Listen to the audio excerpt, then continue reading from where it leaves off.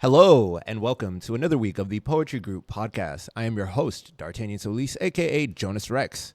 And this is my co-host, Jeremiah Griffin, aka J2Beastie. Jay, how you doing? With a two, I'm good, bro. With the I'm, two. I'm big good, bro. I'm big good. I sent you the poem right now, actually. Oh, the poems that we brought with us today, I brought three, all black women, one who I think is lesbian, not to be like prejudiced, but she makes references to having girlfriends, so I'm assuming that she's a lesbian as well. So really empowering the black women today. And then Jeremiah, as per usual, being a misogynistic black man, brought a black man. So, I ain't gay though. do you know what misogynistic means? Yeah, but you're just saying like she was lesbian, and I just felt like you said I brought a black man, and I just wanted to say I ain't gay though. All right. If anybody was questioning it, he ain't gay though. We're gonna jump into the first poem. This is by Theresa the Songbird. I She, can't see it, but nothing wrong with gay people though. I'm just not gay it's just that he's not. Can you see that? though. Yeah, just trying to get the rainbow hair. She do. So yeah, Theresa the Songbird is I Am. It's a very fun, very powerful poem. I hope we all enjoy. I am great. I am light. I am love. I am overdue human touch. I'm a hug. I'm made of the best stuff. I've been up because I'm the plug, connected and electric. I'm internationally known and locally respected. I'm abundant. I'm attractive. I'm magic. I'm massive. I'm a major moment happening. I'm fantastic. I'm amazing. I'm trailblazing. I'm giving myself grace and taking up space. I'm a praise. I'm a dance. I'm knees underneath hands. Bow. I'm my own fan because I'm hot. I'm 42 and I'm perimenopausal. I'm always hot. I'm everything you not because I'm me. I'm free. Y'all, I'm free. And I know my fee because I found my value. I'm worth more than I could ever work for or should have to. I'm prosperous. I'm popping. I'm balling. I'm all in. I'm solid. Even with my scars, I'm flawless. I'm sauced up and awesome and dripping. I'm driven. I got the ambition, the equipment, and the vision to accomplish the mission. I'm provision and resource. I'm the source. I'm salve and solution. I'm tested and proven. Everything I said I was going to do is exactly what the fuck I'm doing.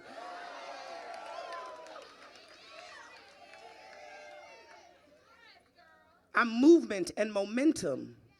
A momentous occasion, a powerful manifestation, in tune with my intention. I'm unconventional. That means I'm unique, a freak, a geek. I'm a masterpiece. I live how I speak, and I mean what I say. And I say that I'm great. I am light. I am love. I am made of the best stuff, and I am enough.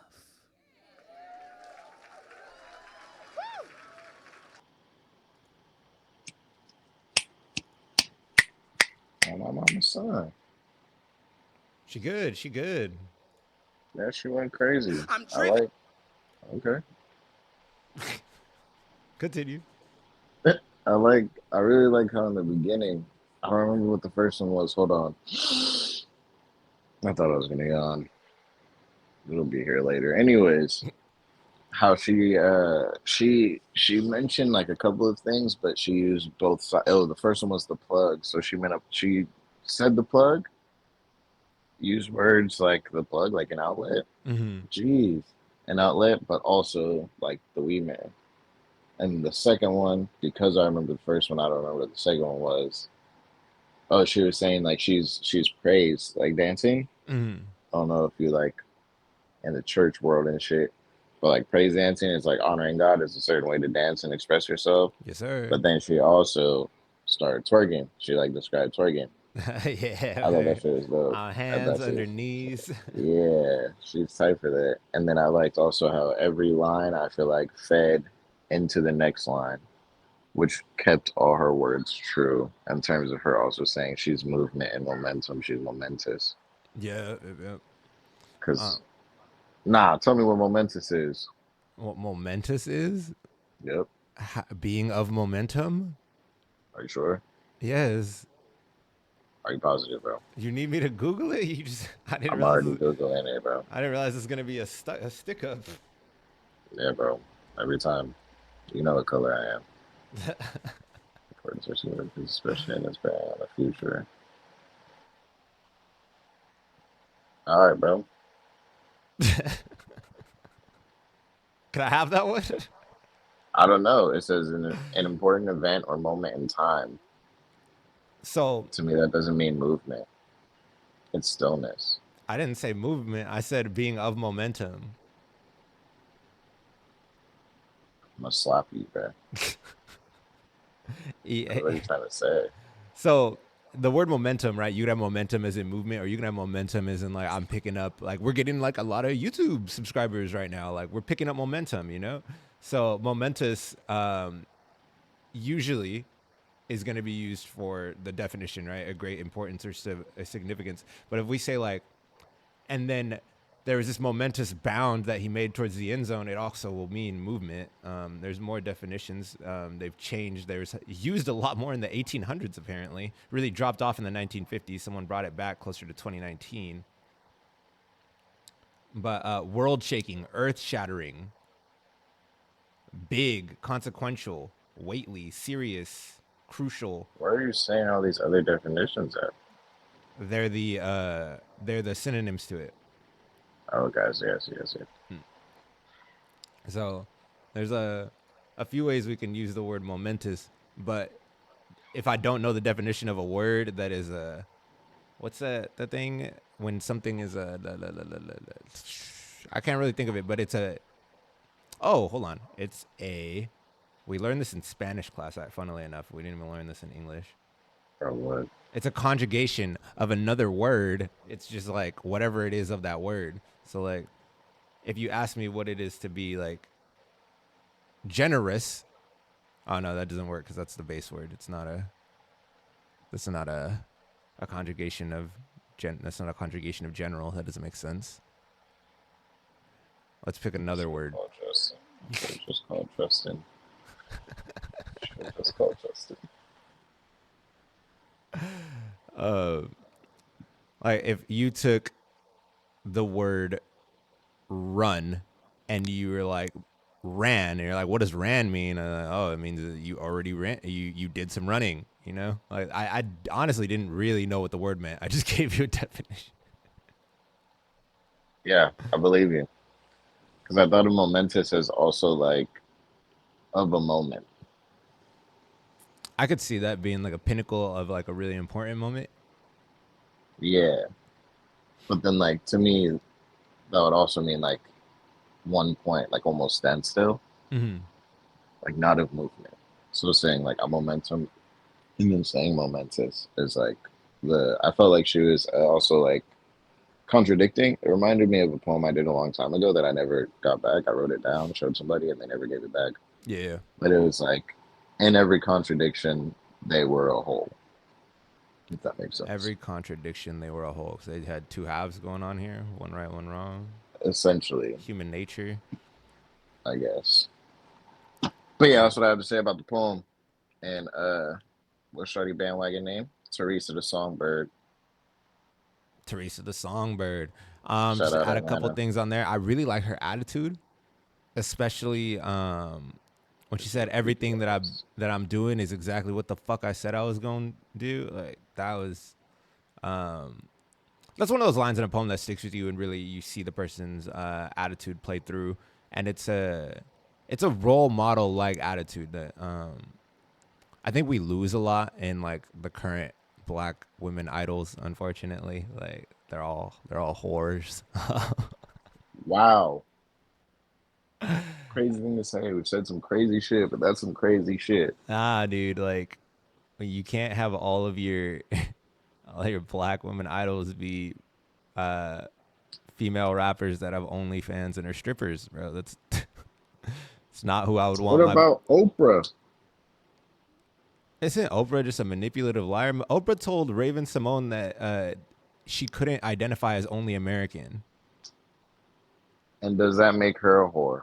It doesn't make her a whore, but that's also All not right, another role model. point And and also, whose case. role model is Oprah? Mine when I was in like the 5th grade and had to do a report on her. You looked up to Oprah? Bro, Oprah's hella fucking rich, bro. Okay, cool. So is P Diddy. But you said all black women are whores. No, what the hell? I said the current set of black women role models are whores. The idols, I don't know, bro. I disagree with you. I'm putting Oprah in there. I don't think Oprah's Oprah not a current, whore. but she's also not a whore. But she's a Is bad person for other Oprah reasons, bro. a She's a whore? tool. She gets But manipulated. you didn't say they're all bad people. You said they're all I whores. didn't because I didn't put Oprah in my current category of role models. I feel like if I ask, Why? because if I ask the teens that I work with, they're not gonna know who Oprah is.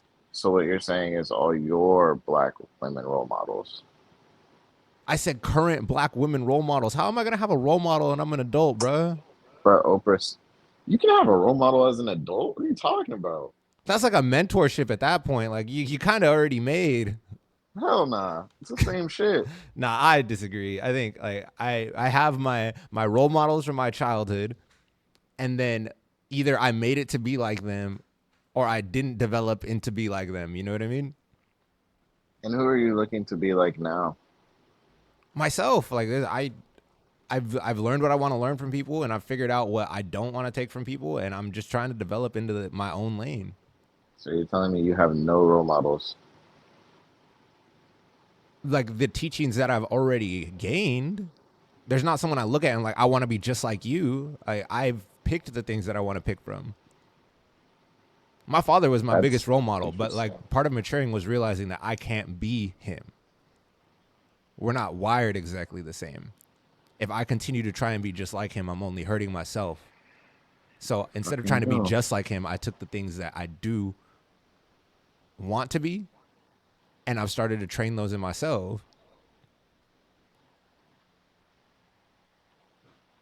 But I don't look at my dad and be like, I want to be just like you anymore. I look at him and I'm like, okay, I learned so many great things from you, and you were my most impactful role model. But now it's my turn to be me. If I'm constantly trying to be someone else, what am I doing, bro? I'm like, I'm old already. I don't. I can't like say no because it's not something like I can disprove. But I'm gonna say I disagree. I think you do have role models. I think it's because you're 19. And I mean that's probably true. You still got I turn role 20 models. next week. 20 next week. Damn, this man is catching up quick. TURNED. I turned 20 next week. You turned 20 next week. Poem. Correct. Home. But anyways, I think that she is a proper role model in her attitude, right? She's owning who she is as a person. She's building herself up. She's putting positivity around, still having fun in doing so, and then not letting anyone tell her like what she's gonna do. She comes out and establishes an attitude of like, I'm gonna be me. I'm gonna do what I said I'm gonna do, and no one's gonna stop me from doing those things. And she's pursuing her dream. She's out here performing. She said she was what, 42? I'm stuck on the role model thing. And her thing only has 571 views. So I'm hoping that her own channel, I mean, 571 is bigger than us, but but at the same time, like she's putting it together, you know. Maybe Yeah. there were some things that held her back in her from pursuing this, but she's putting it together right now. Or maybe Voices Empowered didn't promo her that big. I got to look more into Theresa the Songbird. As should everybody right here. So if you guys go find Theresa the Songbird, give her a follow on Instagram, whatever it is. I'll have that all plugged in the credits later. And then let us know what you think about role models. Do you have role models as an adult, or is that something that you have in your fundamental years and then you have to grow and be yourself? Let us know what you think. We're going to go to the next poem. I hope everyone's heard of Maya Angelou.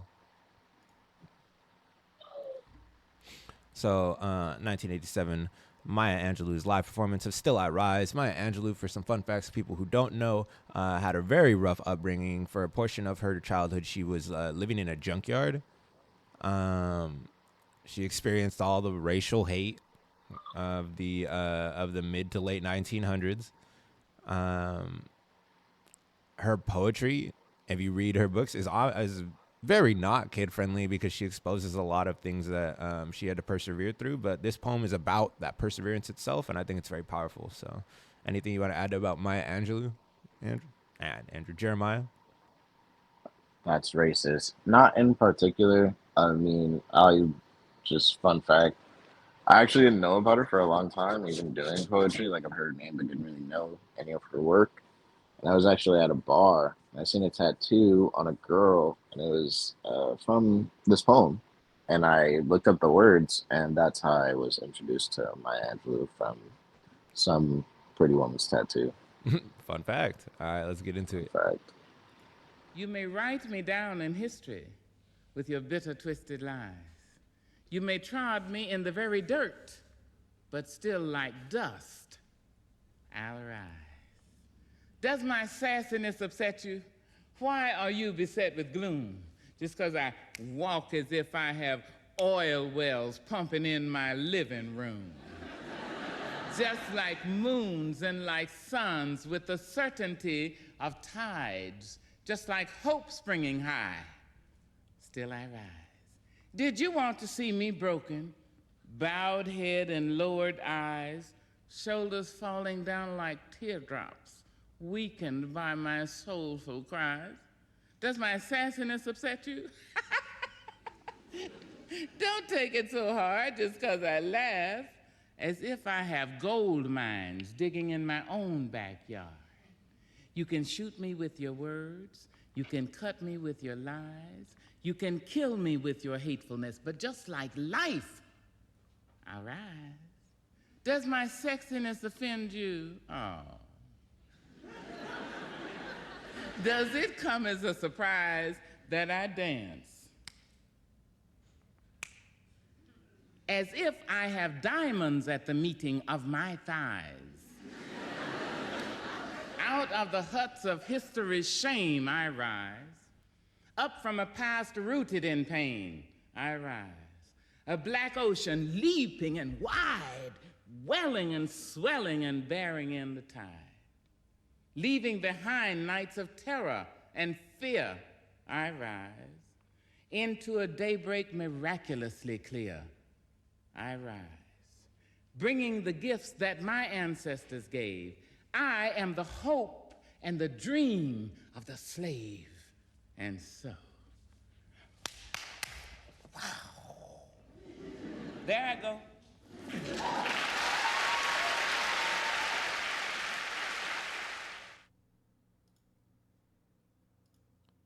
What'd you think of Maya Angelou's performance? Shawty super youthful, bruh. For real, right? Yeah, made me feel like she was still rising. Like in terms of like people get older and their health starts to decline and they start moving slower and they're not as animated or fun. But not her. Not I her, not her. also I enjoyed like her taking words that I feel like represent physical actions, Mm-hmm. but giving them emotional, mental, or spiritual, not really spiritual, emotional or mental um, effects or consequences, like mixing the two, with each stanza. Mm-hmm. I enjoyed that. I thought it was clever and fun. Look at you being the poetic breakdown person this week, man. Only, That's two poems in a only row. right now. Only right now. That's two poems in a row. You did it. You did it. I'm going right back to vibes next week. That's who I am. Going back to vibes next week. So, and look at me filling in the vibes. I filled in the vibes on Theresa the Songbird. Right. Now I'll fill in the vibes over here. I do like. There's this old generation of Black women. It would be about our grandparents. Well, actually, maybe great grandparents, depending on how old your grandparents are. But they have this this way of talking, and I'm assuming it's just like the slang, the attitude from their generation, you know? Mm-hmm. That's childlike in delivery, but adult like in content, right? Mm-hmm. Like Mm-hmm. she said, you could crush me down into the dirt, but the way she smiled is almost like she was trying to piss somebody off and trying to like be a troll, get under someone's skin. Like, but still, I rise. Like it's like you said, it's very youthful, but Mm-hmm. it means a lot. And something about the way that she delivers all it makes me think about my grandma, makes me think about some of my older aunties and uncles.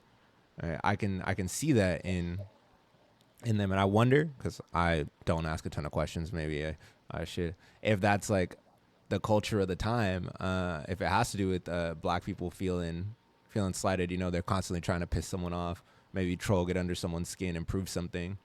um Mm-hmm. but I don't know enough to say that that is or isn't, so I'm gonna stop there before I put my foot in my mouth. Yeah, you know, it makes when you like put it that way. Do you remember Rob from Pavilion? Sorry to Yeah, all the viewers who don't know. It makes me think of him. yeah. Yeah. Yeah, Rob was someone we worked with at a car detail shop, and he was Car Care funny. Center. Did you work in the detail center though? Car Care Center. I'm just asking, did you work in the detail center? Oh, did I work in the detail center? Yeah, yeah. Like, no, not officially. I feel like I worked everywhere because I was able to slack off enough to be able to walk and work wherever I want, if that makes sense. Dang, bro, I was out here hustling. I had to Yeah, hustle to get no, my red that hat. doesn't get you anywhere when you work there. What are you talking about? Got me a red hat, got me a job over the winter. Mm, I feel like it didn't get. Well, I guess those are privileges. I just feel like it didn't get you any real privileges. I got I to be didn't a get my red driver. hat until I stopped doing the extra stuff that I was doing when I was trying to get my red hat. That's when they gave me the red hat. That's crazy. I got my red hat from hard work, dedication. Maybe because your skin is lighter than mine. Actually, I'm not gonna put that on them because they're actually good people, and I like that changed the way I felt working for people. Like working there, like We're working for actual good people. yeah, like people that at least made it seem like they cared, Yeah, you know. definitely. Yeah. Or like one time, Lawrence, I fell asleep on my break. Fun fact, everyone, I fell asleep on my break. I was gone for like an hour. I think an hour on top of the 30 minutes. Oh, damn. And I like went up to him, and it was bro, it was so busy. I went up to him. I was like, Lawrence, like I'm sorry, like I fell asleep. And he looks at me. He was like, "It's okay. Everybody needs a little nappy nap sometimes." I was like, are you serious?" And he was like, "Yeah, don't worry about it. Maybe you're just tired." Oh man, that's funny. But yeah. I mean, good. They're definitely good people. I remember when I was signing up for the job, I don't think Janae believed in me. Hmm. She was like, "This job is very intense, very. It's gonna be very difficult." I was like, "Oh, I wrestled in like college wrestling rooms. Like, I can handle whatever we're gonna have to do physically." And she's like, "But it's gonna be very hard. It's gonna be very hot. A lot of people quit because they can't handle the physicality." I was like, "Trust me, nothing that you guys are gonna make me do is gonna be more difficult." Right. I But kind of think she's just like that though, because she was like that with me too. Actually, she was, but she didn't really say too much. But I was also working three jobs at the time of my interview. oh, so she was like, "This man just work." Yeah, she was like, I don't know what's wrong with him. He has a different problem. And how far we've come since those days. Right. My mom, she watched the podcast. She was like, "Who is that? I don't know if I remember. Like, I don't know if I remember you meeting him." And I was like, "Oh yeah, like I met him at the car wash. We became friends. He's really cool." She was like, "Yeah, he seems like you guys seem like you're really, really good friends." I was And like, "Yeah, I met him last week." I met him last week. He seemed like a chill guy. I said, "Want to start a podcast?" I said, "Hell Right, yeah." right. Um, I will say a lot of people have said, "Oh, you guys have like really good chemistry on the podcast," which is weird because you were probably like out of like my close friends, I've known you the least. When I really think about that, all my close friends, I'm like, dang, like I met them in like high school. like right out of high school. I legit, if I count the years, I met you within the last 5 years, bro. Yeah. Yeah. But as the great Uncle Choco once said, if he ever listens to this, he said that water always finds its own level, and I was like, that makes sense. No matter what you put water into, well, no matter what shape that jug is, it'll level out. I mean, you as a person, you always find people like you. You just gotta be willing to contort and bend with life. But enough about us. Let's get into Natasha T. Miller. She's gonna tell us the difference between a girlfriend and a woman. You ready for that? Yep. Let's get it. A girlfriend will give you butterflies. A woman will give you eagles with wings strong enough to cause a hurricane in your lungs every time you take a breath in her presence. A girlfriend will make you smile. A woman will make your tongue feel like a 7-year-old little girl and your lips feel like the ropes that are about to help her double dutch her way into popularity. A girlfriend will come over to your house and help clean up your kitchen. A woman will come into your life and help clean up your credit. A girlfriend will ask you to do some shit like have sex with her or make love to her, but a woman will take up all of her insecurities, leave her pride on your pillows, and ask you to have your way with her or make God reconsider their policy on things like racism and sexism and poverty because they know that that is making love. A girlfriend will compliment your outfit. A woman will compliment your whole existence. See, you trip over girls, you untie your shoelaces, dig a hole in the concrete, blindfold yourself, run forward and fall stone. For women, see, baby girlfriends are for teenagers, Tracy Ellis Ross and BT. You introduce girlfriends like, hey mom, meet my new girlfriend. But us women are introduced like, this is the reason I've been sleeping lately. This is the reason my heartbeat can make a set of drums sound like the violin. She's the career that made me realize all of my old girlfriends were just jobs. And I had to work harder if I wanted to retire blissfully. A woman, she makes you taller. She's something like a spine. A girlfriend ain't shit more than a sling or a back brace, and I need a lot more than a care package after an earthquake. See, nowadays, most of us are too willing to sign for packages a lot lighter than we ordered. Now, I'm not saying that you can't turn a girlfriend into a woman. I'm just saying that shit is like trying to turn a PC into a Mac. Kim Kardashian into Oprah. Fucking Walmart into the Mall of America, and I've been dressing myself long enough to know what looks good on me. And I'm sorry, but a girlfriend is an outfit that my maturity has passed down to my little cousins years ago. Thank you.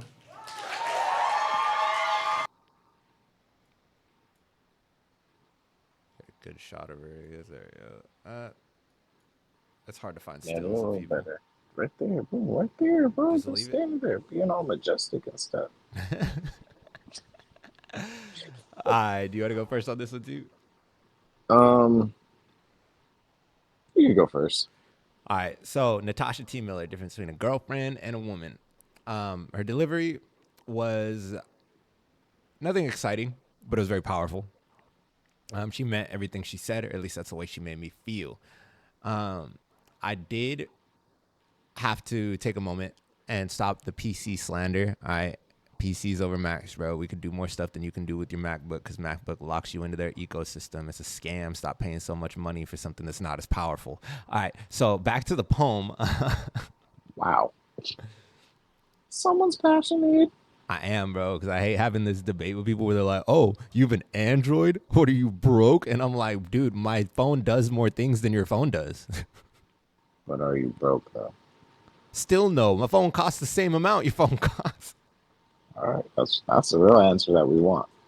Are you broke? It's crazy that people are just buying it because it says Apple on it, you know? Like, that, I get, like, if they're like, oh, the convenience, I'm like, cool, but stop acting like it's better, you know what I mean?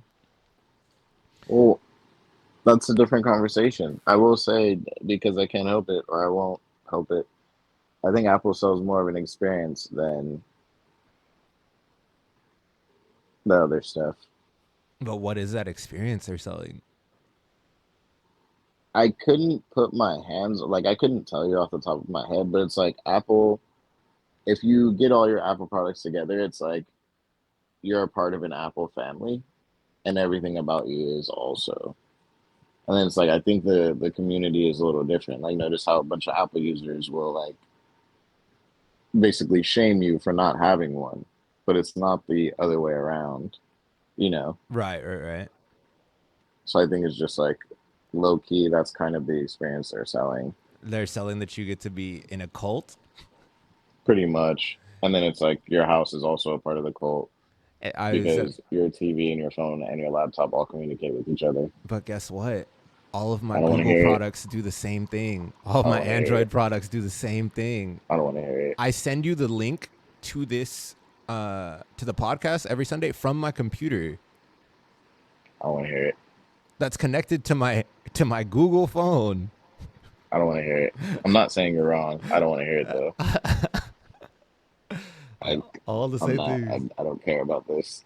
I don't care about this shit. I'm sorry, Natasha T. Miller. Difference between a All the girlfriend and a Jessica woman. shit. I think she hit some major points on difference between a girlfriend and a woman. I wonder, when was this published? 7 years ago. So 7 years ago, we're looking at 2017. So gay marriage was already legalized.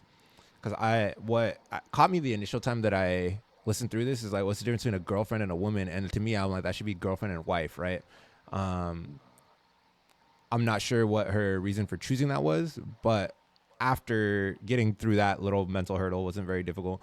Girlfriend and a woman, the line that stood out to me and is probably going to stick with me is that a woman is a career that made me realize that all of my ex-girlfriends were just jobs. The phrase, if you love what you do, you'll never have to work a day in your life. Well, with all my ex-girlfriends, right, I always felt like I had so much less time than I do right now. But it's because like there's so much maintenance that you have to do in a relationship that you shouldn't be in. Right? You constantly having to fix problems, misunderstandings. The fact that both of you don't actually really want to be there, but you want to be there enough that you guys put up with each other. Like it becomes work.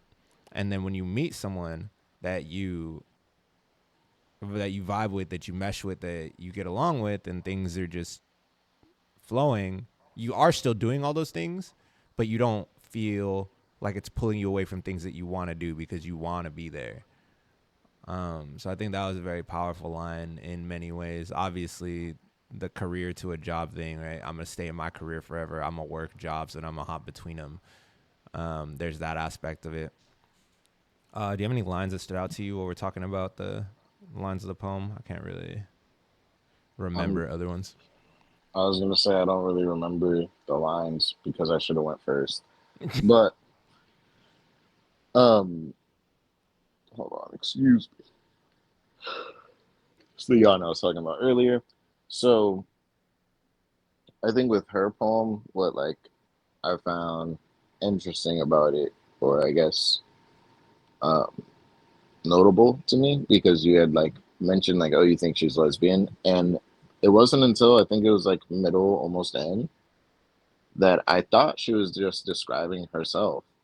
You know what I mean? Like I didn't see it as like, oh, like these are two types of women I've dated, or a girlfriend versus a woman that I've dated. Interesting I take. think a lot of maybe like the women I've met, the girlfriends I've had, Mm-hmm. they see themselves almost as interchangeable, which maybe they're not. I mean, maybe they are, maybe they aren't. But I think a lot of girlfriends see themselves as women and don't understand the difference. So I think I appreciate the explanation between the two, Mm-hmm. or they feel that they are the woman to the man, or in this case, other woman, but it's not, they're not to that partner. Does that make sense? Yeah, no, I think that speaks a lot to the idea that like what a woman is to one partner may be very different from what a woman is to another partner. I think we get very caught up in trying to define what a man or a woman should be on the internet. It happens all over the place. Like, a woman should do X, Y, and Z. Well, in truth, like, if you want to do whatever the fuck you want as a woman, if you want to do whatever the fuck you want as a guy, find a partner who doesn't care what you're doing, you know, like, and then you guys will get along. The big divide comes through when it's like, woman wants X, Y, or Z guy, or guy wants X, Y, or Z woman, but they don't want to do the things that X, Y, or Z man or woman want. So Right. then It requires. they're like, oh, women shouldn't be like this, or guys shouldn't be like this. I was like, dude, just choose different partners. Like, Yeah. instead I of think. trying to tell us all what we got to be doing. Yeah, I think it's largely like basically what you're saying. It's like we're not deciding what we want for ourselves versus trying to find what we hear we should have. Mm-hmm. So I agree with you. And I think that's what makes her poem really great. Is I don't feel as though, yeah, there are some examples. Like she says, a woman will help you fix your credit.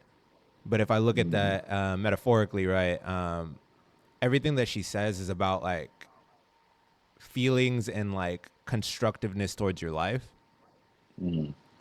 instead of leaving a set of guidelines as to like what a woman should be doing, which I think is Mm-hmm. more powerful and useful than trying to say what a woman should be doing, because that's going to differ from person to person.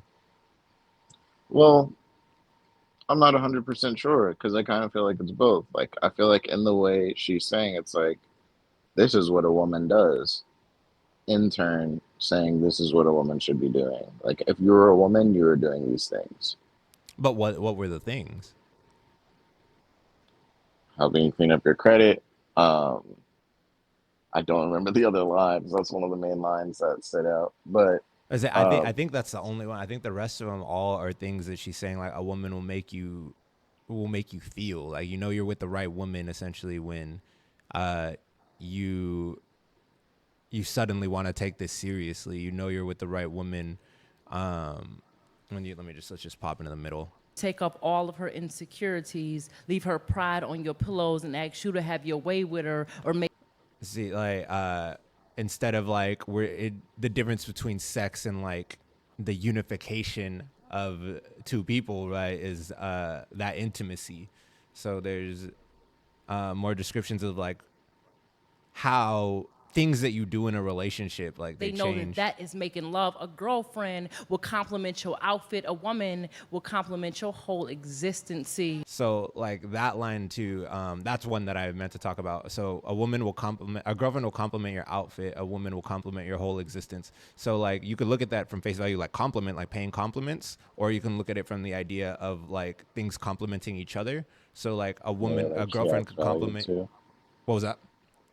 Like she adds value too. Yeah, so like I can have this really sick outfit and I'm gonna look better if I have a girl on my arm, or I can have a better existence because I found what I'm gonna keep saying as a wife, but a woman um, that's going to make my life better, right? Like I don't necessarily see a checklist of things that like women should be, but almost like an answer to the question like, hey, how do you know when you love someone, right? And then like she's telling you like this is the way that you'll feel.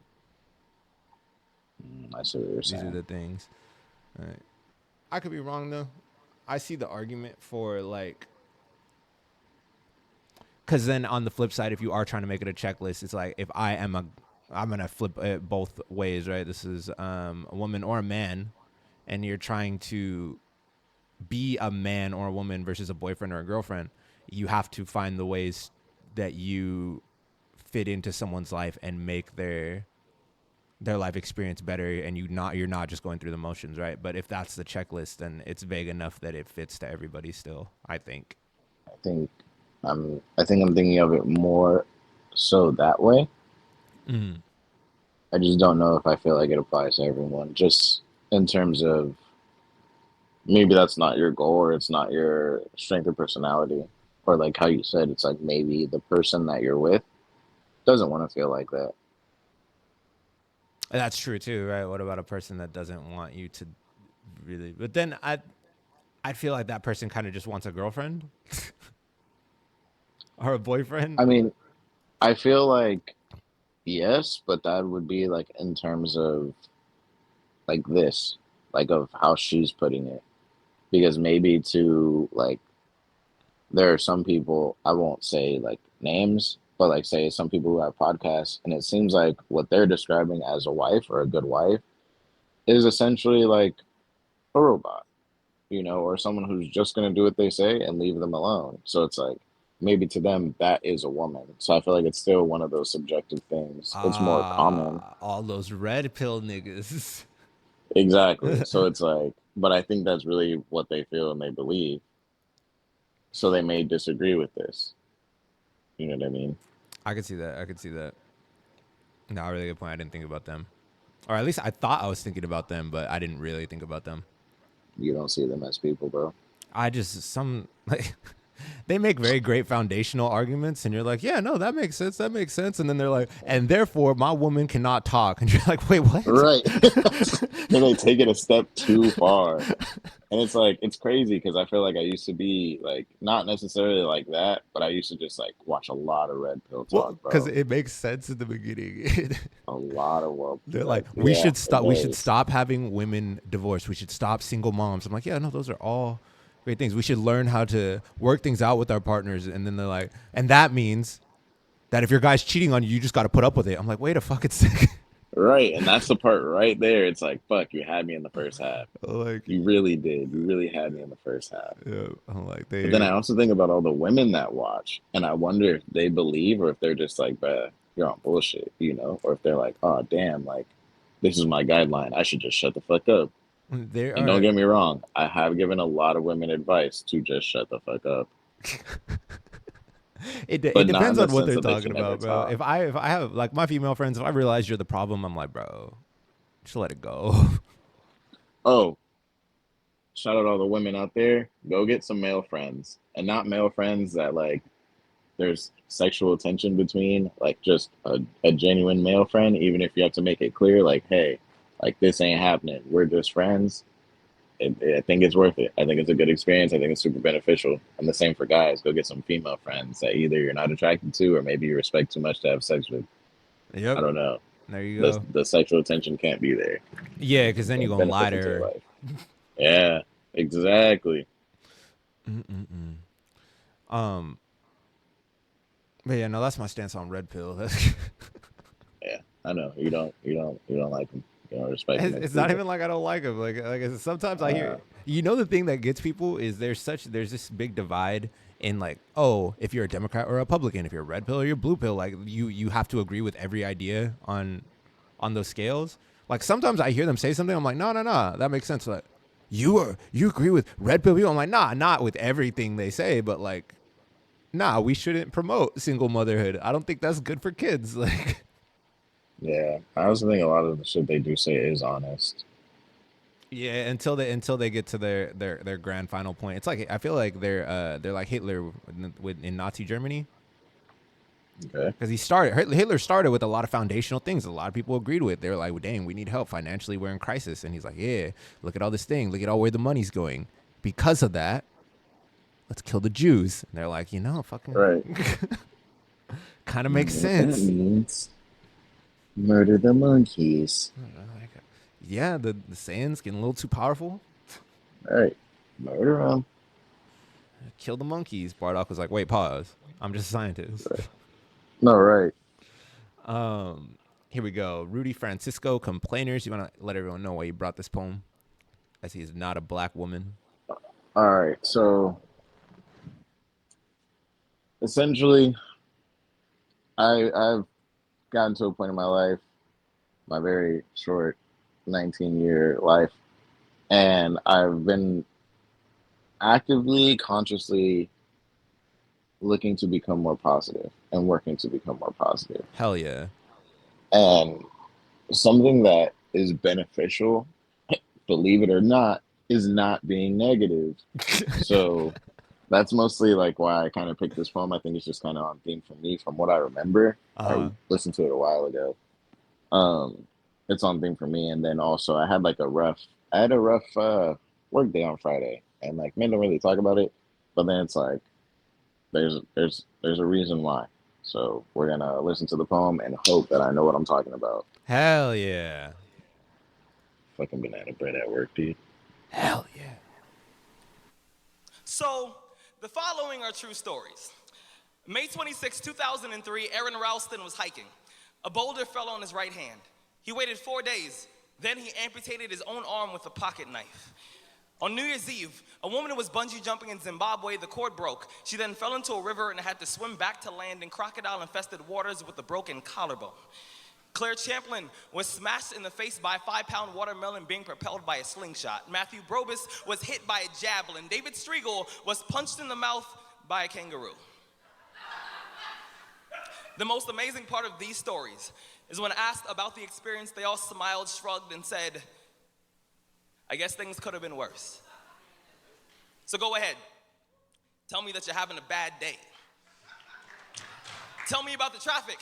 Tell me about your boss. Tell me about the job you've been trying to quit for the past 4 years. Tell me the morning is a townhouse burning to the ground. Tell me the snooze button is a fire extinguisher. Tell me the alarm clock stole the keys to your smile, drove it into 7 a.m., and the crash totaled your happiness. Tell me how blessed are we to have tragedy so small it can fit on the tips of our tongues. You see, when Evan lost his legs, he was speechless. When my cousin was assaulted, she didn't speak for 48 hours. When my uncle was murdered, we had to send out a search party to find my father's voice. Most people have no idea that tragedy and silence have the exact same address. When your day is a museum of disappointments hanging from events that were outside of your control. When you find yourself flailing in an ocean of why is this happening to me? When it feels like your guardian angel put in his 2-week notice 2 months ago and just decided not to tell you. When it feels like God is a babysitter that's always on the phone. When you get punched in the esophagus by a fistful of life. Remember that every year 2 million people die of dehydration. So it doesn't matter if the glass is half full or half empty. There's water in the cup. Drink that shit and stop complaining. You see, muscle is created by repeatedly lifting things that have been designed to weigh us down. So when your shoulders feel heavy, stand up straight, lift your chin. Hell, call it exercise. Remember that life is a gym membership with a really complicated cancellation policy. Remember that you will survive. Remember, things could be worse. Remember, we are never, ever given anything that we can't handle. When the world crumbles around you, you have to look at the wreckage and then build a new one out of all the pieces that are still here. Remember, you are still here. The human heart beats approximately 4,000 times per hour, and each pulse, each throb, each palpitation is a trophy engraved with the words, you are still alive. You are still alive. Act like it. Woo! Yeah, that's my boy, bro. Yeah, he is exactly when I was in my poetic immaturity, who I developed my style after. I don't know what you're saying, and I don't know if it's my earphones or your mic. Oh, you can't hear me? I mean, I can, but it's like, It's all robotic again? yeah, it's fixed. Oh, you fixed it? You did. I didn't do anything. I didn't do shit. I just kept talking. All right. Anyways, when I was in my poetic immaturity, I looked to Rudy Francisco as a role model. I bet. And I took some things that I liked from Rudy Francisco, and that's pretty much what helped me develop my style of poetry. In the beginning, though, when all I listened to was Rudy Francisco, because I was like, wow, this guy's so good, I was just basically a mimic of him, and I had to fix that, right? I don't want to be exactly someone else. I can be inspired by someone. So I got away from that, but a lot of my early poetry sounds, the delivery, I even might have stole some ideas. Like maybe the bar isn't exactly the same, but I twisted it a bit to make it my own. Stole quite a bit of inspiration from Rudy Francisco. So shout out Rudy Francisco. Now, onto the poem. The franticness in which he's delivering is amazing. I feel like he actually puts himself into a moment where he's very passionate about this subject. You feel the franticness, you feel the passion, you feel like he's gonna stutter and stumble over his words. I don't know if he's just that great of an actor or if he's actually in that mindset, but either way, it's excellently delivered. I like the your alarm clock is a car crash that killed your happiness or something like that. Whatever that bar is, one of my favorites because I honestly wake up every single morning when my alarm goes off and I'm like, fuck, I gotta get up, right? Because I just want to sleep a little bit longer and I can't. So and then being so busy, it's like maybe I should go to bed earlier, but like nah, I'm working on a lot of creative projects. I'm a full time student. I work at full time, and you're just gonna be tired, right? And it's very easy for me to wither and willow and be in sorrow and sadness when all things considered, I'm a full time student. Not everyone gets to do that. I have a full time job, it pays for all my bills. I am working on all these creative projects, and people are listening to them, and we're growing as a channel. You know, like those are all things to be proud of and happy of. Why am I gonna wake up in the morning sad, bro? Like I'm doing just fine, and with all the things going well, things could be a lot worse. So I agree with a lot of the sentiment here. I think something that is lost in this message is especially working with teens, I have a lot of opportunity to like guide them through their emotions. And something that's really important to me is that you can't control the way you feel. You can control the way you act. And I guess you can control the way you feel to an extent by like taking care of your body and making sure you exercise and diet correctly, right? You're going to naturally feel better. But if you are sad about something, if you're frustrated with something, you're going to feel frustrated with something. If you're going to feel sad about it, you're not going to like something. It's fine, but having the discipline to continue to get up and do the things that you have to do, the things that are necessary for you to get to where you want to be, that's entirely in your control. If I don't want to get up and do my homework, I could be pissed the hell off. I could still get up and piss the hell offedly do my homework, you know? Like it's those things don't stop you. And I feel like I've been rambling quite a bit, so I'll go ahead and pass it to you there. Nah, bro, I'm about to do the same shit. Go But for it. I guess I'm pretty I very much agree with what you said in terms of you don't control how you feel, but you control what you do. So I don't know. For some reason, I feel like I said that last week, like on the pod, but maybe I was talking to someone, or maybe I'm your role model and you just want to say the things I say. Nah, I've been saying that for But years. I don't care about none of that shit you're talking about, boy.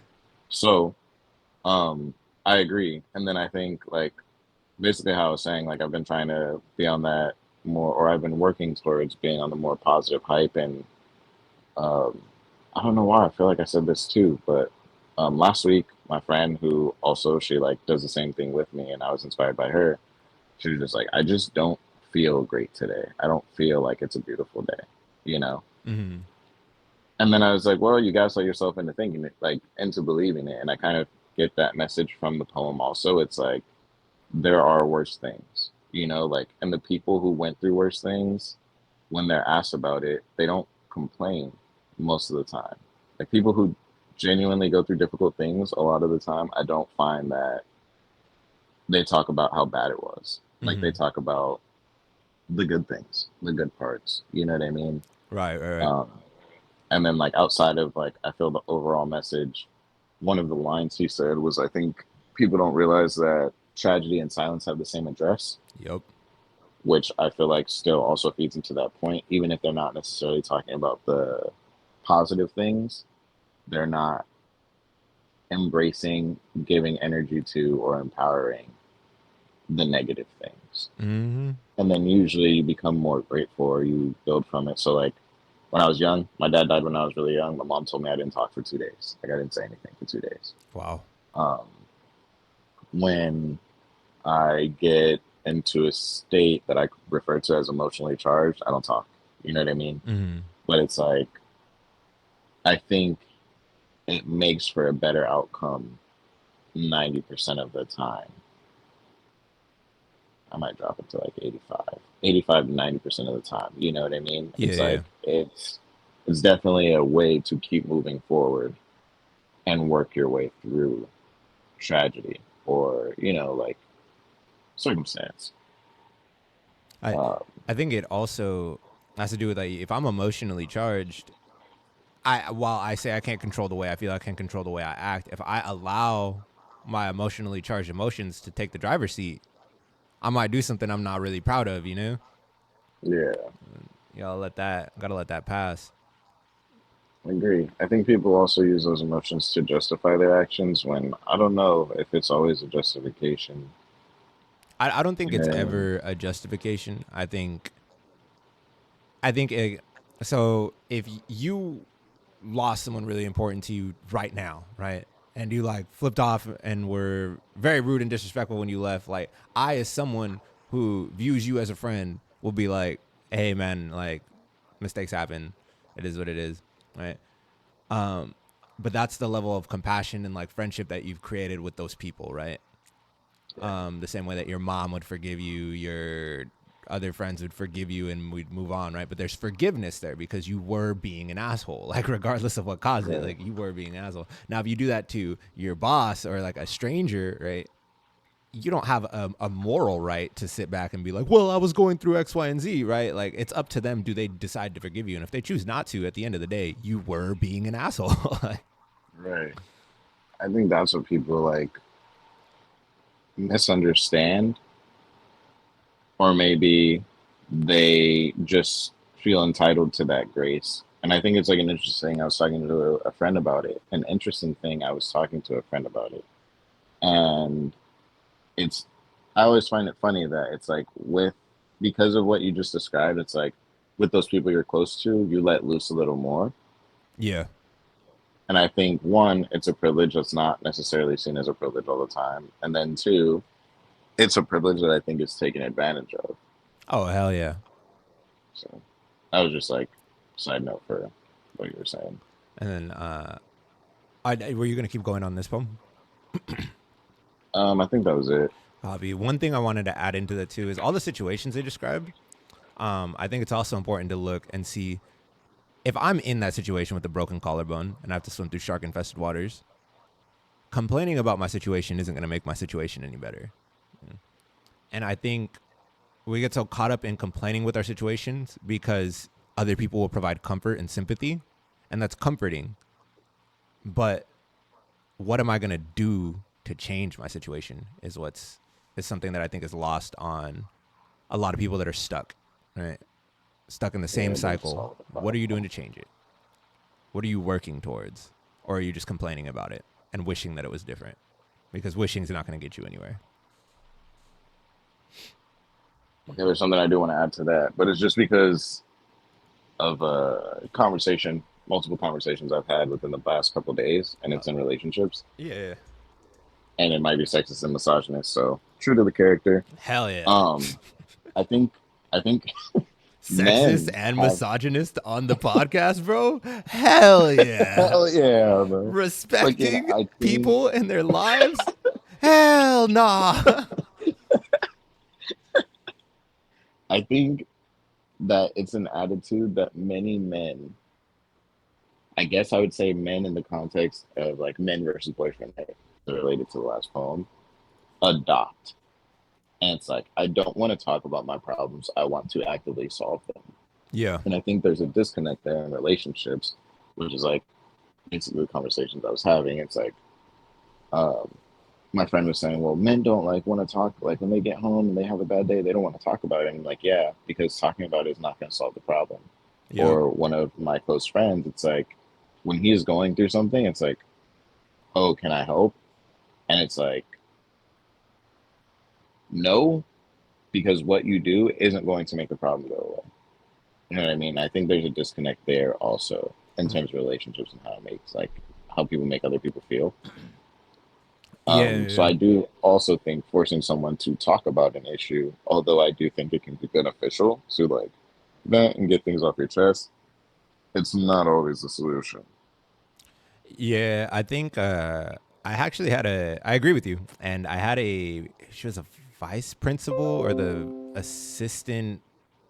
I think she became the athletic director right before I graduated. And for some reason, she came into our class and she was talking about like life. And I don't remember what prompted this or why she was having this, right? Because it doesn't really happen in school that your teachers like come in and give you a presentation on like life advice.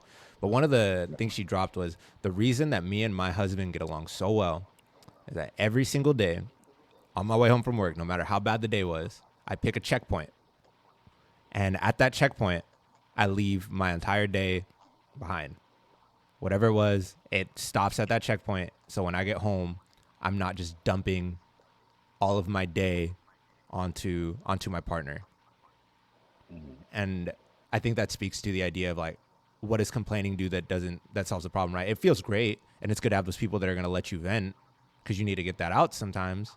But if you can learn to deal with that yourself, you're not putting that on other people. And I don't think that's something that people realize when they're venting too, is you're putting that on to someone else, someone Right. that did not sign up for that. You know, here they are. They're like, oh shit, and then they're taking time, they're taking energy if they're gonna listen intently, right? And I'm gonna keep it a buck. A lot of times when people vent, I just kind of I'm blanking out thinking about other things because sometimes I just don't have the energy for that. So it's just you'll just get my yeah,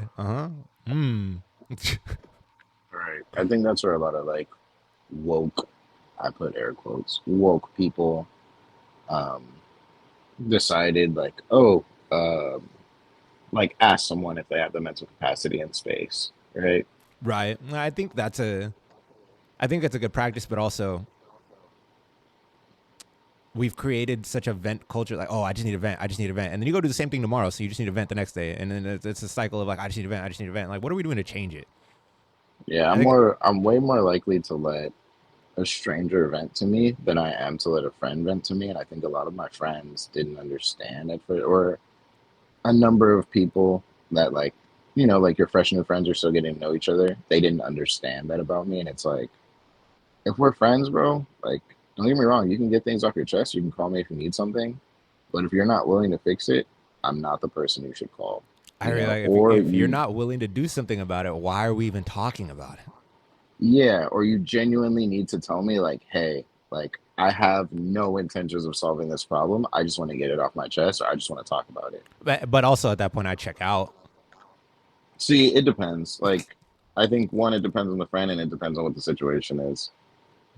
I mean, when I say check out, like I hear some of the stuff you say. If I'm like, oh, Yu-Gi-Oh cards, Digimon cards, Pokemon cards, and then they're like murder, I'm like, well, what the fuck? Yeah, no, I Suddenly you definitely have my understand. attention. But it's just like, I don't know, man. You gotta, you gotta want to solve your problems. Yeah. We can jump into the poetry prompt. We can jump into the poetry prompt. I'm gonna put 10 minutes on the timer. I think we've had a lot of fruitful discussion here, a lot of life lessons dropped throughout these poems. Jeremiah carried the poetic structure for the day. Let's shout out Jeremiah for that. Ooh. Oh shit! Shout out Jeremiah. Hell yeah. Hell yeah. All right, Yeah. 10 minutes on the clock. Meanwhile, past us is currently writing, future us is currently writing. How does this work again?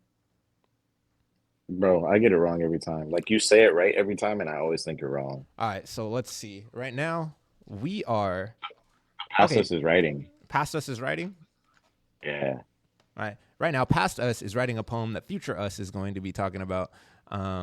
Meanwhile, future us is going to be going into the comment section of last week. We had 18 comments. Thank y'all for getting down here in the comment section. It's good for the algorithm. Thank you for these 10 likes. Thank you for these 89 views. This is the most viewed podcast episode on the channel. We want to keep it up. We had Lisa Marie, Matt Capone, Sierra Chantel, 408 Darwin, and Zero Carmelo in the very first comment. Jonas is hilarious, and I'll quote everything he says. I appreciate you, big dog. I'm not Hey! funny to you, dog. And then look at that, JSO in the comment section as well, laughing at Zero Carmelo. Just I really thought it was tight, bro. Well, you know, maybe they're just not going to quote everything you say because you're a misogynist. I don't care. They still think you're I don't funny. care the reason why. Nah, obviously not. Not funny enough to comment about it. All right, we got JSO6233. I really appreciate how you break down the poems. You always show me something I didn't hear the first time. I love that. This degree has to mean something. You know, JSO thought that was very funny. Yeah, I can't hate on that, bro. Aledo, 6 days ago. Just want to see Jeremiah in full Super Saiyan mode. Dez. So someone wrote on behalf of Destiny Gray. I thought that was a quote. That's what I'm saying. She didn't say that before? Oh, is that what Dez said? I don't remember. But I love the acknowledgement. Feels good to feel acknowledged. I think we can make it happen. Shout out the homie whose name I can't pronounce. Aledo. Oh, yeah. Or you could say Yelito. And that's why I said I can't pronounce it. I really enjoyed this podcast. Great material. Honestly, that's a good comment to see in our most viewed episode. I really appreciate that. Definitely felt like this was one of our best episodes yet. Thank you very much. Look at you, Jeremiah. Look at you. Man, I'm so friendly. We got to vote for Sierra Chantel for the breakdown. I have to get to work. I started the first breakdown. It was a Matt Capone breakdown, I believe. So those are going to be a little bit longer and time inducive, and I don't have a ton of time, so I'm working on that. That one will get out at some point. Yeah. Jason633 says reading is fundamental, y'all. I wasn't allowed to learn how to read until I earned my place in the house. You're wildin'. That's a real laugh right there. You know, finally. That's a real laugh. You got one. See, I'm funny. That's crazy. That's what it took to be funny. I wasn't even trying to be funny. I was just being honest. Right. Right. Great podcast. You're only getting 1 view on YouTube, but 3 are watching here. Oh, yeah. Well. That's great. 89? What's math? What's 89 plus 3? 92. 122? Oh, my bad. 122. Oh, man. Oh, we still have 6 minutes to fill. Let's Anderson. Yeah, I had a couple people tell me that they subscribed and that they actually really enjoyed the podcast. That episode, I feel like that episode was one of our best episodes. It's going to be the new episode that I tell people to check out. Interesting. Well, we're going to fill in about 5 minutes with some Anderson Burris. I mean, y'all have me insulting 5 minutes? a gay black man. A lot of y'all are going to accuse me of being homophobic and racist. My bad. Let me make this clear to everybody. I am not racist. In the past, gay people have been through more than a bit of oppression. But today, one can run for office, probably win the election. They can start their own families, adopt a kid in a second. I mean, gay people can do anything, you know? Except for getting to heaven. But basically what I'm trying to say to you is being gay is cool. I don't care about orientation. I always skip the first day of school. But you have to complain. Oh my God. And you're from Atlanta. Bro, you can be as gay as you want. Freaking gay guy in Atlanta? It's like a white guy in Vermont. You blitz right in. You blitz right in. All right, Jeremiah, what are your thoughts on this clip of Anderson Burris going against J2? Hey, bro, he not going against me. To be honest, I don't. That material didn't make me laugh as much as most of his other material. Nah, the get into heaven line didn't get you? Nah. I guess I just don't. I don't look at it like that. Like, I guess I get it. Like, I understand, of course. I just don't look at it like that. The best line that would have got me was a gay guy in Atlanta. It's like a white guy in Vermont. It's pretty good. But would have like, got you, but didn't get you? Yeah. I don't got, that much geography. I almost said geography knowledge. I don't know who's where. I don't even care. I don't even care who's where. You know what I mean? They don't care about orientation. Always skip the first day of school. That was pretty good. I don't skip the first day of school, bro. The first day of school. I skipped the first period and the 5th period every day. It's just not relatable, bro. Sorry, Anderson. Only person I know will be doing wordplay longer than me is my pops. He's doing a life sentence. Wow, life sentence. It's a lot of wordplay. That really hits for me. It's not funny. I have a cousin right now serving 2 metaphors and a simile.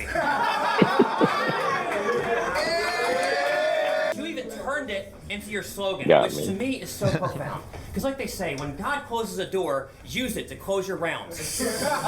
all these private family issues, they can just go in your raps. Your uncle got a DUI? Great, open with that.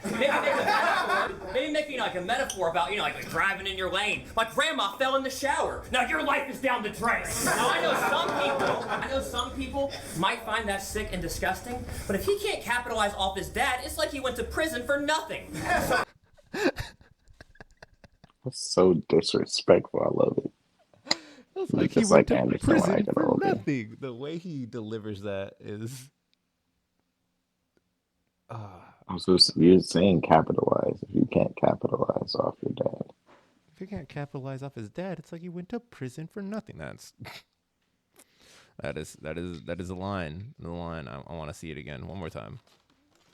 If he can't capitalize off his dad, it's like he went to prison for nothing. I think too the delivery and like even the beginning, the way he's just kind of like looking off. The And right face he there, my makes. favorite line is, "It's not funny," and then continues to say the funniest shit. It's bad. It's bad. And he says, "It's not funny. My cousin's serving a Leave metaphor and a controversial simile." topics in the comments because that's what I want to talk about during these 10 minutes. Controversial topics. I want to get. Leave a controversial topic. Like Dragon Ball Sparking Zero isn't good. Oh, bro. So I like to compete. I'm not a sweat per se. I'm not the most competitive player. It is not that hard to beat me, in my own opinion. However, I went and joined a tournament. Some guy chose MUI Goku, and who was I? Oh no, I think I was Super Saiyan Vegeta from Super. Super Saiyan God Vegeta from Super is probably one of my best characters. Yeah. He's MUI Goku. You know he has that move, the rush move that just teleports straight to you. Yeah. Okay. So he had, I'm assuming it's like the little capsules, the abilities. Mm-hmm. Instead of 4 health bars, he had 5. Instead of it taking 3 like energy bars to use the move, it took 2. And he started with multiple, I think the game calls them skill points. I'm used to referring to them as blast dots. Yeah. Right at the opening of the game, he starts with full ki, immediately teleports to me, right? I block it, start beating his ass. He has no like melee combat skill. However, he fucking just did the teleport move the entire fight. And I mean that literally. Of course, he won. Beat the shit out of me, bro. But it was like, is that fun? You know what's that doesn't sound fun at all. But I've been playing ranked in the team battles, so people can't do that shit with those capsules. But yo, what's not fun is we're not even gonna get to pull this all the way up here because there's only 8 seconds left. But you know when you vanish and then someone else vanishes and you guys just vanish and vanish and vanish. My favorite.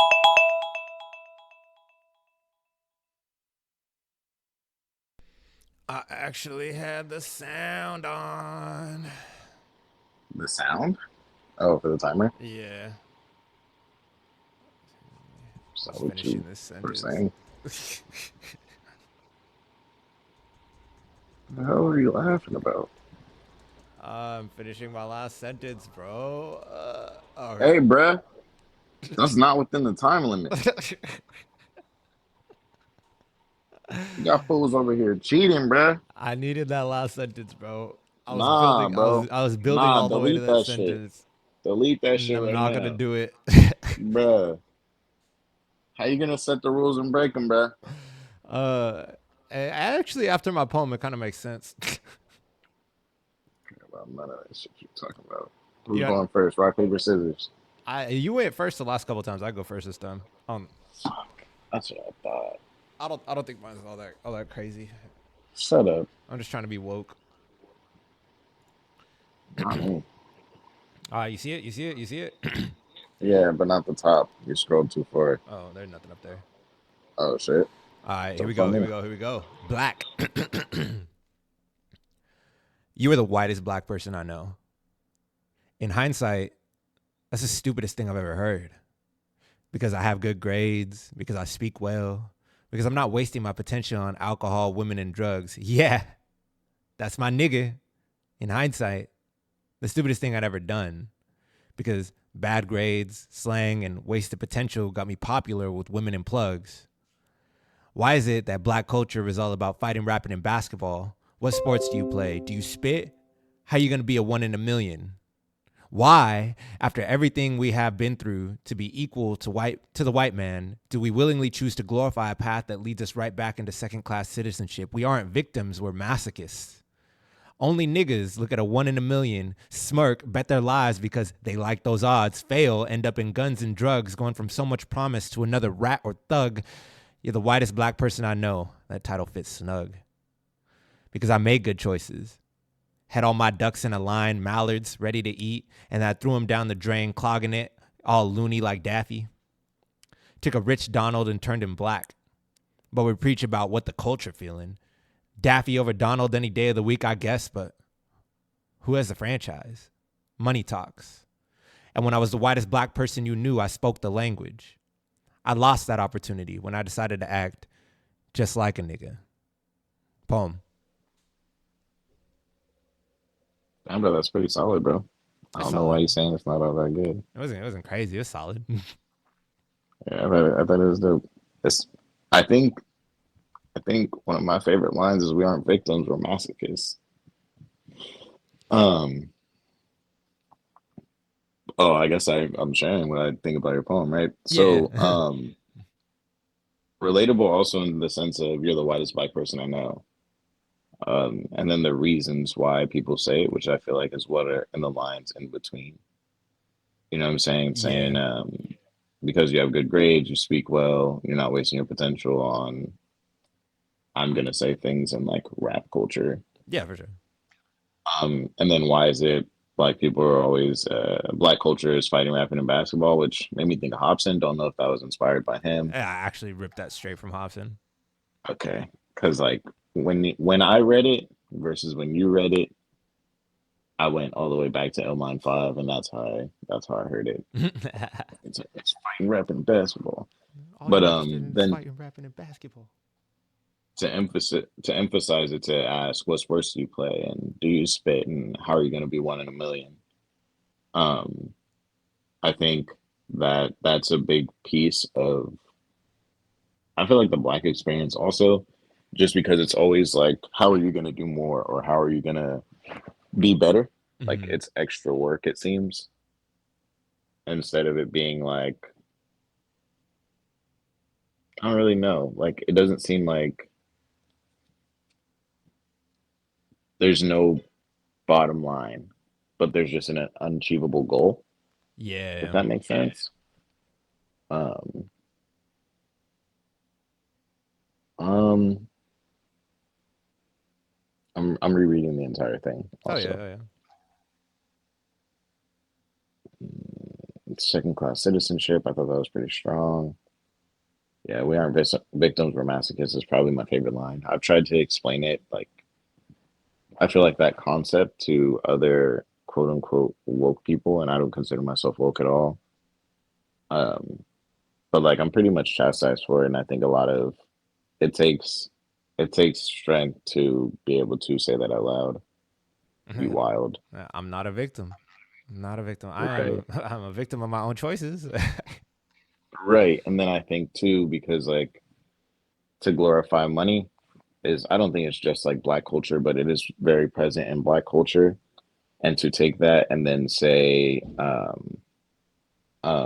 you took a rich Donald and turned him black in terms of yourself, I'm assuming that's referring to Trump. Yeah. Trump, and then I'm making the Donald Daffy Duck lines All right, between reference. Disney and Looney Tunes, and And that's how I see it. And then it's like, that's what really matters. I mean, not necessarily like the color. It's like who really put the work in.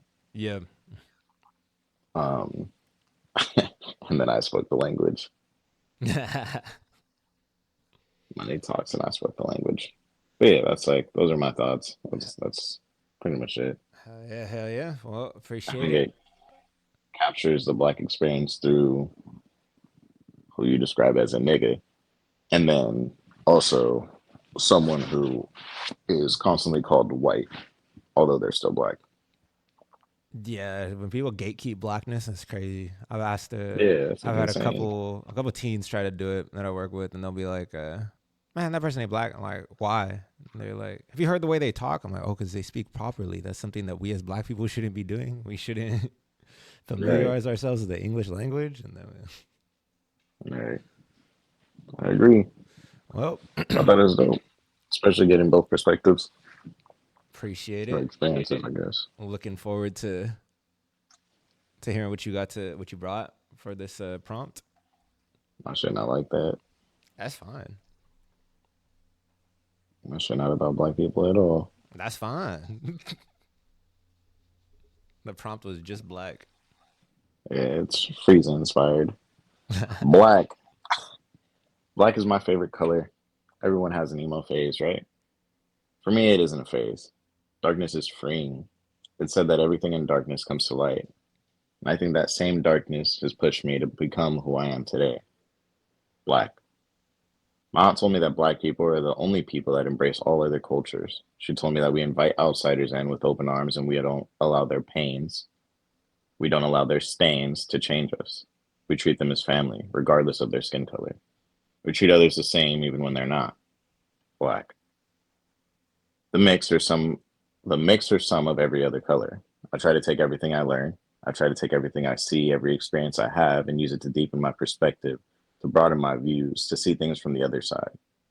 I don't look at the world as black and white. I look at the world as black and the things I have yet to discover, the things I haven't yet taken in, the things that will add to my character development. Being black gives me strength. Seeing black gives me courage. Feeling black gives me power. And to me, black sounds like the word nigga.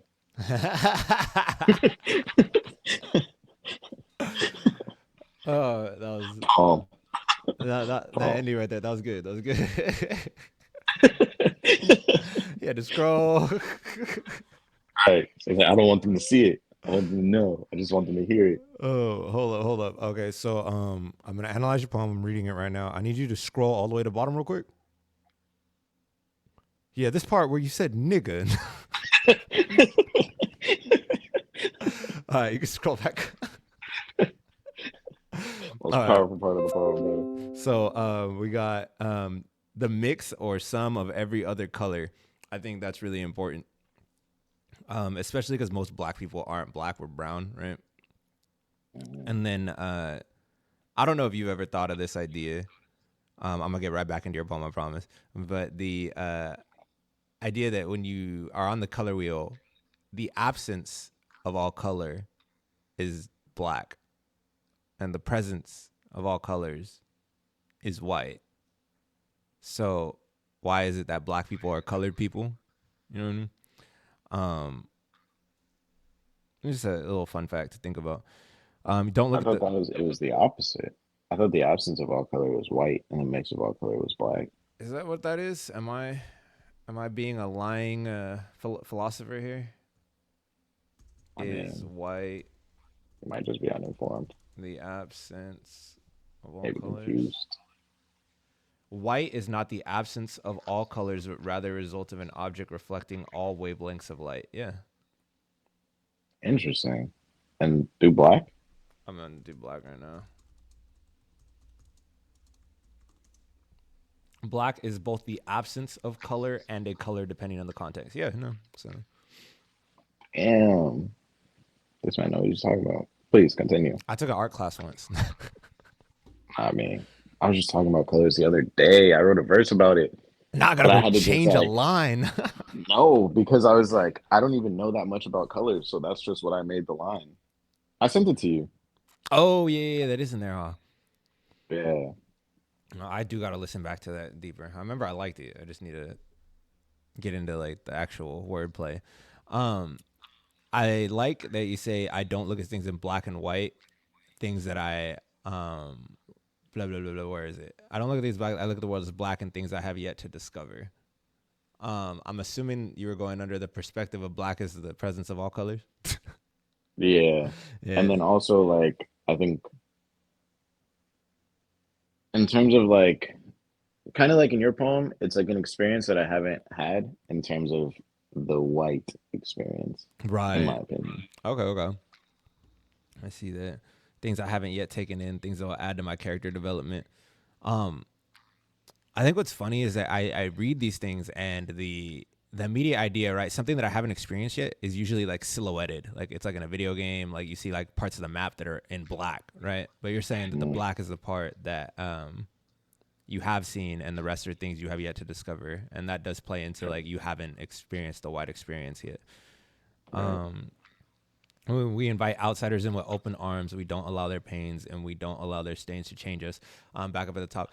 This is powerful because I do see this in black culture and it's something that we should celebrate in black culture. But at the same time, we have, I guess what you have is like traditional black culture.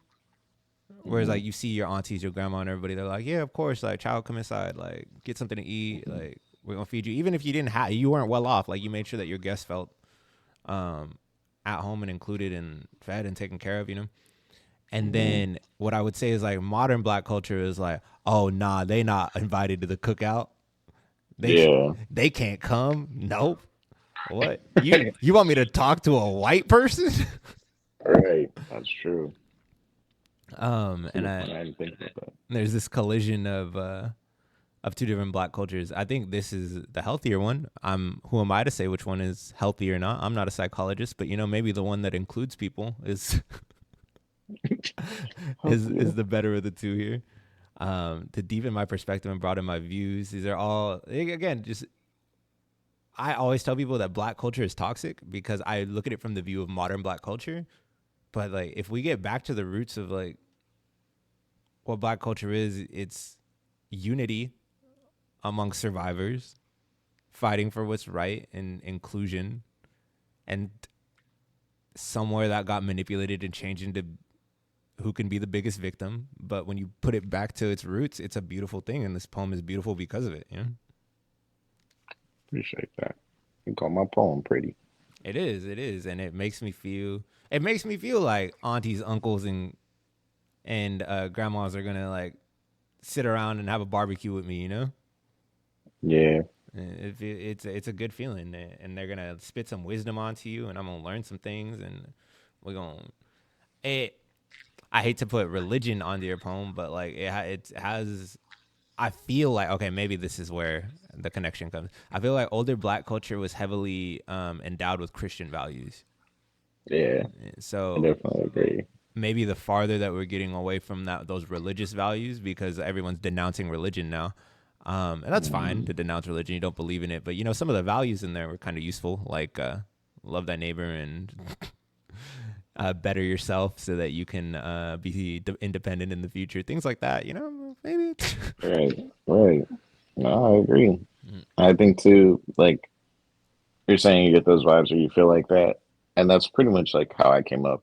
Like that was pretty much the culture. Like even people I meet now, um, or I guess I've met relatively recently before I moved to Arizona. It's like I'll bring them around my cousins and shit, and they're like, I feel like I'm one of you guys. Like I feel closer to your family than I feel to mine.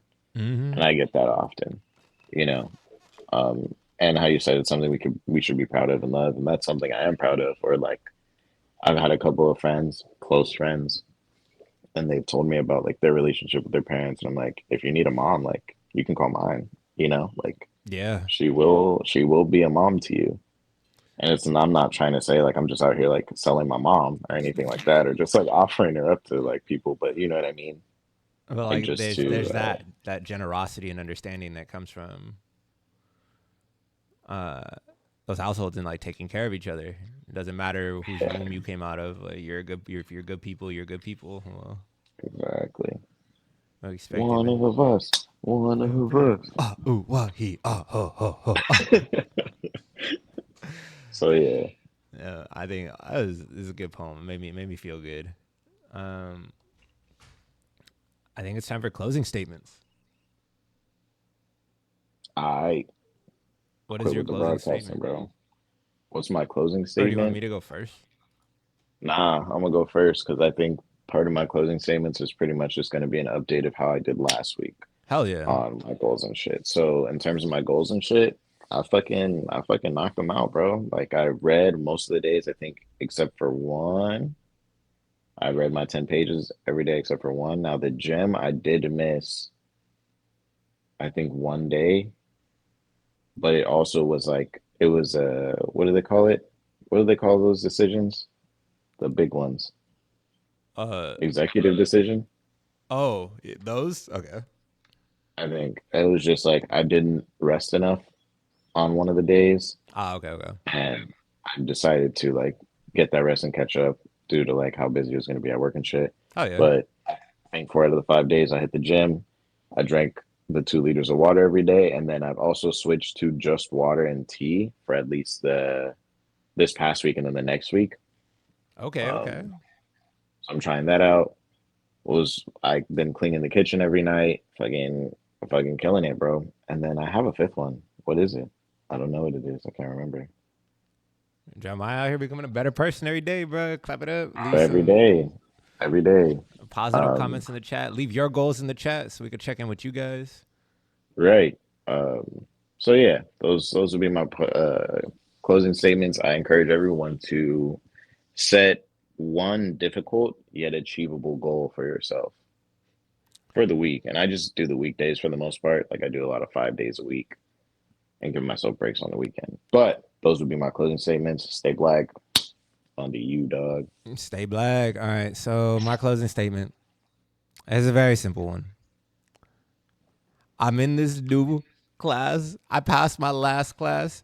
Everybody that bet the under and said that I was gonna get a B plus, I got an A minus. Hell yeah. Hell yeah, dude. And now I'm in this new raster and vector technology, so it's essentially an Adobe Illustrator and Adobe Photoshop class. Hell yeah. And Hell now, yeah, dude. after completing the first week of that class, I'm gonna fucking fail. Hell nah. I hate this class so much. But I'll be back next week and we'll see if I recovered and if I regained my ground, but I don't know what the fuck's going on. Hell nah. Yeah, he's definitely gonna sue you. I'm just gonna, that's my new thing. You can't just take it. I did, bro. I did. It's my thing now. It's not how the world works.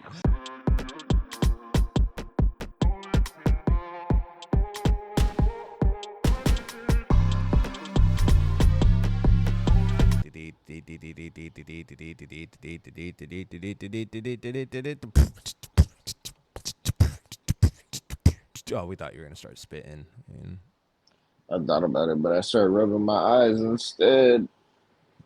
Everyone is hugely disappointed. And you're also just a J today, bro.